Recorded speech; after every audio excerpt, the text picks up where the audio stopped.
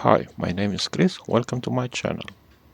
I'm sure many of us has to deal with these rental door intercoms, which are impossible to silence without tampering them. This is a big no for my landlord, and the central unit can detect if the handset is properly seated. For many years, I had to crack it open and disconnect the handset, which contains only one speaker and microphone.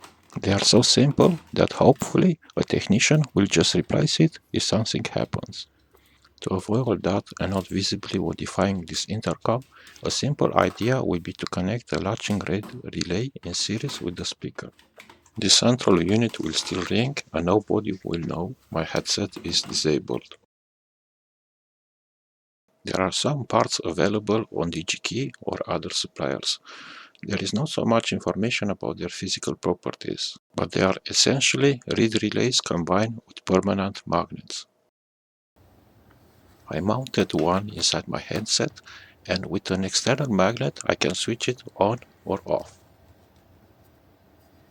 This takes some training to use, but essentially you can hear the moment when the switch changes states. When the speaker is off, the normal static noise will disappear. I hope this trick will help someone. Thanks for watching and please subscribe. See you next time.